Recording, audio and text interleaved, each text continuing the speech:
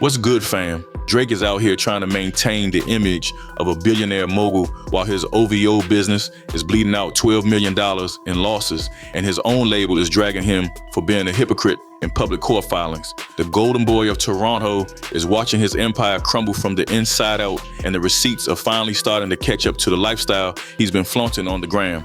Things are getting incredibly strange over at OVO because the numbers simply do not add up for Drake anymore.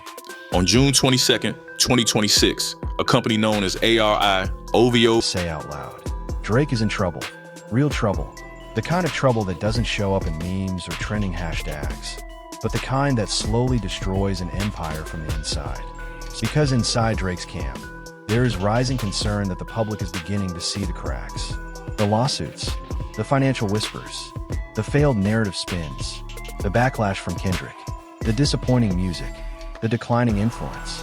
OVO Growth Capital reached their breaking point and hit the brand with a massive lawsuit demanding $4.6 million in unpaid debt. This situation is far more serious than a simple accounting mistake or a late check, as the new legal filings reveal a massive financial disaster that caught everyone off guard. Between 2022 and 2024, the OVO brand somehow managed to post a $12 million loss despite bringing in $72 million in total revenue.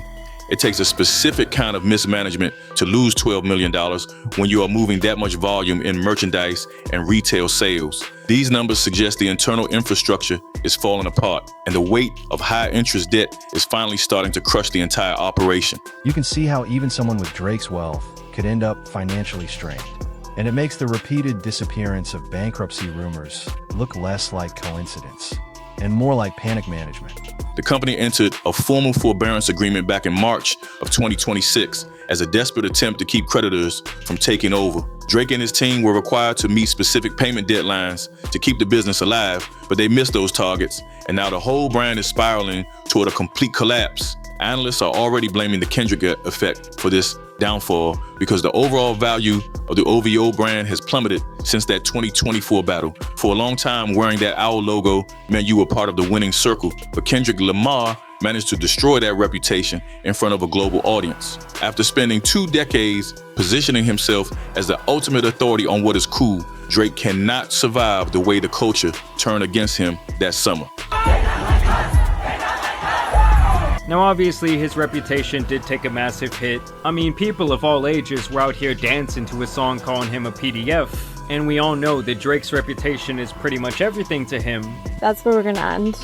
He comes off as an extremely sore loser. He's out here trying to change the narrative every day, and in turn he's really continued the not like us narrative past when most people would even truly care anymore. The retail locations are feeling the heat because customers are no longer interested in being associated with the OVO aesthetic like they were in the past. It looks like Drake is trying to keep a failing business on life support using gambling deals and expensive loans while the actual value of the company disappears. If the team cannot figure out a way to pay off that $4.6 million debt before the year ends, the brand might face a total liquidation. As the bank accounts continue to dry up, the ongoing legal war with the Universal Music Group is turning into a public spectacle that makes Drake appear increasingly desperate. And so he in turn pulled the biggest Karen move in hip-hop history. Drake filed a lawsuit for defamation against Universal Music Group. And I think it made the whole not like us discourse linger much longer by filing this suit.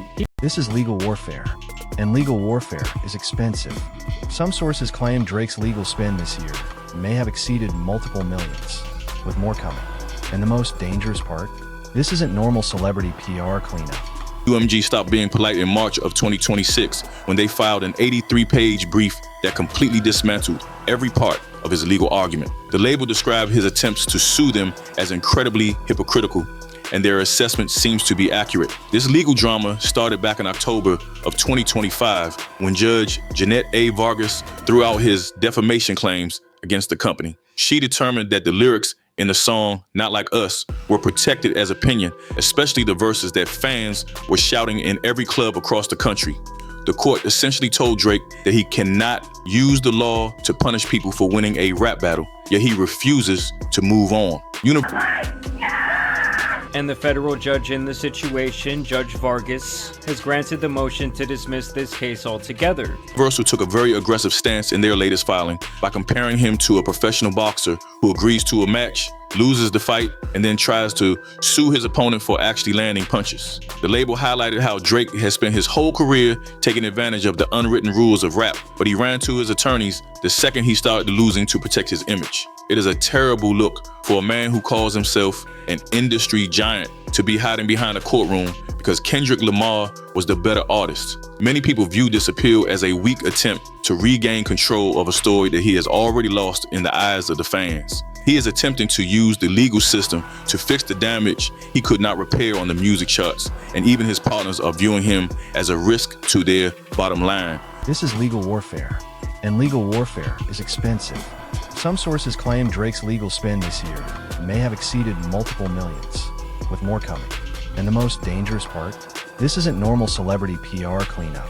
The truth is that the public has already moved on, and no amount of long legal documents will change the reality that Kendrick took his crown. Watching a global superstar turn into a corporate litigant is difficult because his only victories are happening in front of judges while his influence in the culture continues to vanish. Things take a darker turn when you examine the ways Drake is allegedly keeping his streaming numbers afloat while his actual business is falling apart. A class action lawsuit hit the courts in Virginia on December 31st, 2025, and this filing takes a direct shot at his status as a chart topper. Don't believe me, it's facts over feelings. If other artists have gotten it, Drake is definitely eligible to get it. These allegations claim that Drake has been funneling proceeds from his Stake.US partnership to buy fake streams across every major platform. According to the suit, Drake collaborated with influencer Adin to hide the transfer of huge sums of money that went toward purchasing fraudulent streams. If this holds up, every headline about Drake breaking a Spotify record is just a cover for a money laundering scheme meant to keep his dying career on life support. This courtroom battle is a total disaster for the OVO camp, since those massive stats were the only bragging rights he had left after Kendrick destroyed his reputation as a writer.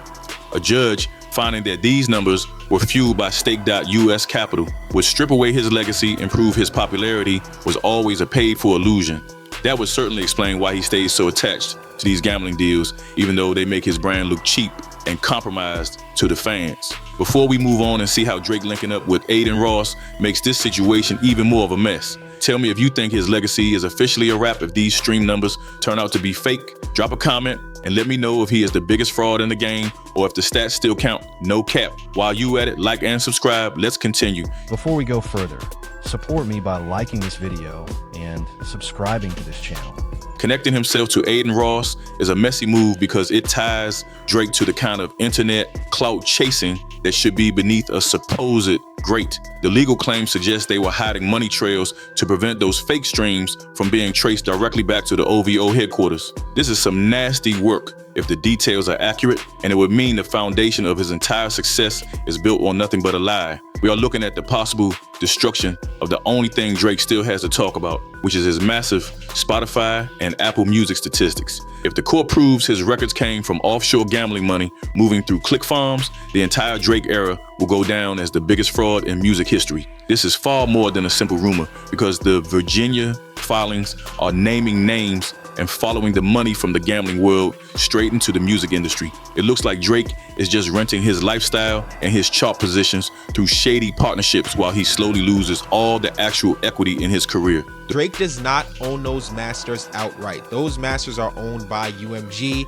Cash Money. Lil Wayne sold his part in it, and that's just very clear. The real world results of this decline are showing up in his recent music, and the data points to a very obvious plateau. When Drake dropped his album titled Iceman on May 15, 2026, the lead single, Ran to Atlanta, entered the Billboard Hot 100 at number 2. While a number 2 debut is usually a win, this marks the 13th time a Drake song has peaked in that second spot without hitting the top. He now holds the official record for the most near misses in chart history, which feels like a participation trophy for a man who once owned the top spot. The first day streaming numbers for the album were a major red flag for his team after they only reached 140.2 million. That might sound like a huge number, but it is a massive drop from the 153 million he did back in 2021 with Certified Lover Boy. Despite all the promotion and the hype, he could not get over the hurdle of his own past success or the cultural relevance his rivals are enjoying right now.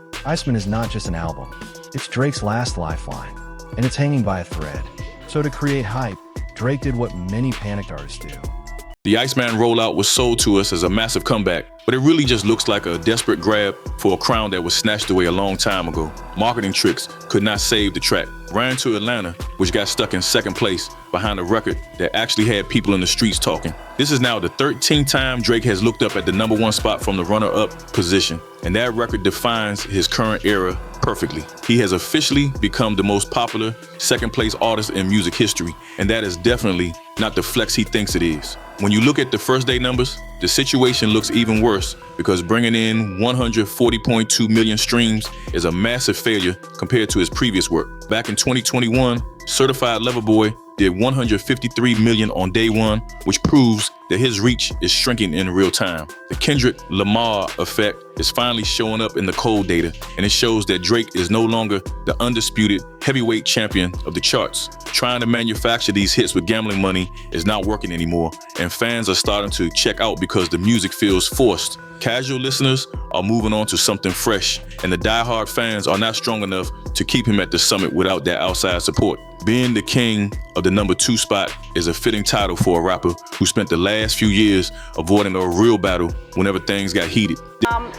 You've dated a lot of people, and we're just curious if like, you know, I'm gonna show you some pictures and you're gonna say, dated her, dating her now, I've kissed her once, or maybe I've just held her hand, maybe I've... This is where my career goes into a down. This plateau in his performance proves that the public is tired of the same formula he has been feeding everyone for a whole decade. When Ran to Atlanta debuted at #2, it confirmed that he no longer has the juice to force a song to the top through brand recognition alone. He is trapped in a cycle where he can reach the top 10 easily, but he cannot finish the job when he goes up against artists who are actually moving the needle. Failing to beat a streaming record he set 5 years ago is a clear sign that his audience is contracting, and the Kendrick beef definitely made that process move even faster. People are starting to treat a new Drake release like a routine calendar event rather than a massive cultural moment, and that is a dangerous place for a superstar. The era where a Drake drop felt like a global holiday is over, and now it is just another Friday with a song that people forget by Monday morning. That's where we're gonna end. He comes off as an extremely sore loser. He's out here trying to change the narrative every day, and in turn, he's really continued the Not Like Us narrative past when most people would even truly care anymore. Now obviously his reputation did take a massive hit. I mean, people of all ages were out here dancing to a song calling him a PDF, and we all know that Drake's reputation is pretty much everything to him. That beef with Kendrick killed the cool factor that drove $72 million in revenue, and now it looks like Drake is just renting a lifestyle through high-interest gambling debt. OVO must find a way to settle that $4.6 million debt by the end of 2026, or the whole brand faces a total fire sale. We are watching a global icon turn into a corporate procedural who only wins in boardrooms while the streets have already moved on to the next thing. Before we see how Drake tries to salvage his reputation next, tell me what you think about the OVO Empire becoming a hollow shell. Let me know in the comments. No cap, and make sure you like and subscribe while you're at it. Let us continue.